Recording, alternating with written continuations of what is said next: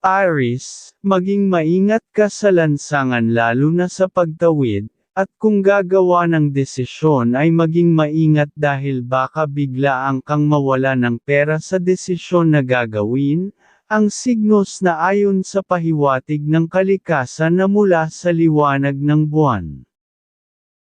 Taurus, maging mapanuri ka at huwag basta aayon sa gusto ng kausap, para makaiwas ka sa problema sa relasyon,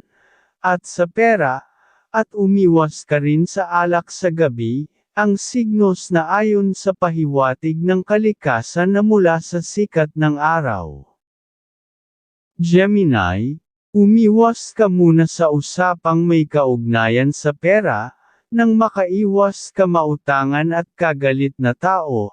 at maging mas maingat ka sa mga malalaking tubig, ang signos na ayon sa pahiwatig ng kalikasan na mula sa liwanag ng buwan.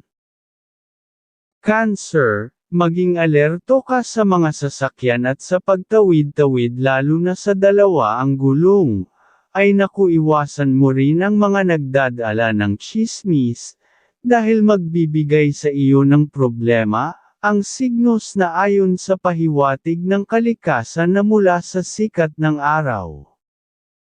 Leo, dapat ay magkaroon ka ng mahabang pasensya ngayong araw, dahil kung madali kang magagalit ay baka mawalan kang swerte sa mga dapat na gagawin,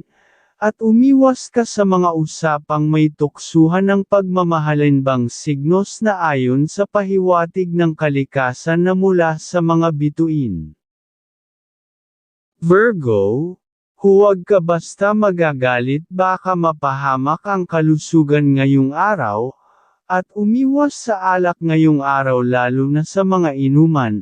gastos na at pwedeng biglaang problema, ang signos na ayon sa pahiwatig ng kalikasan na mula sa liwanag ng buwan. Libra, maging maingat ka sa lansangan sa paglalakad, kung may kasama kang ibang tao at ingat ka po, dahil may tukso siya na kakaibang,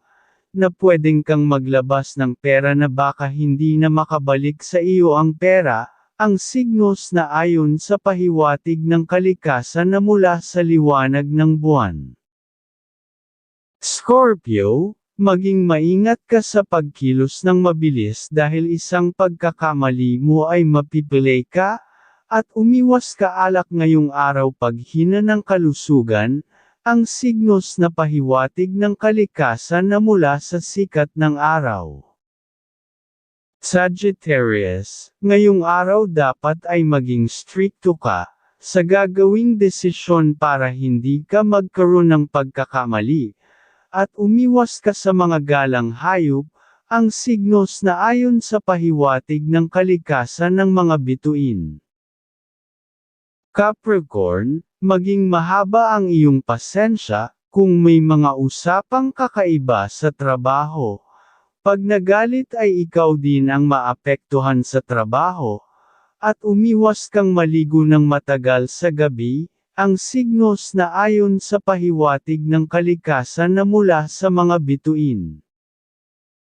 Aquarius, maging maunawain ka ngayong araw sa usapang pera, lalo na sa kapatid, baka malungkot siya kung magagalit ka kagad sa madidinig. At iwasan mo muna ang nagdadala ng tsismis, ang signos na ayon sa pahiwatig ng kalikasan ng mga bituin. Pisces, maging alerto ka sa mga sasakayan at sa pagtawid ng kalsada, at maging sa pag-akyat sa mataas na lugar o hagdanan. Kung gagawa ka naman ng desisyon ay dapat pag-isipan ng ilang beses, ang signos na ayon sa pahiwatig ng kalikasan ng mga bituin.